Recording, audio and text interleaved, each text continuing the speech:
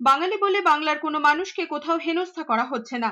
ভিন রাজ্যে বাংলাভাষীদের হেনস্থা নিয়ে তৃণমূল সুর চড়াতেই দাবি করেছেন বিজেপি নেতা অভিনেতা মিঠুন চক্রবর্তী। মহাগুরু আরো বলেছেন, ইচ্ছে করেই উস্কানি দিয়ে বিষয়টিকে ইস্যু করছেন মমতা বন্দ্যোপাধ্যায়। অভিনেতা আরো বলেছেন, তিনি তো পশ্চিমবঙ্গেরই ছেলে, তিনিও তো বাঙালি। যারা বলছেন বিজেপি পশ্চিমবঙ্গের পার্টি নয়, তারা কি সত্যিই পশ্চিমবঙ্গের পার্টি? তাদের তো অন্য দেশের পার্টি বলে মনে হচ্ছে।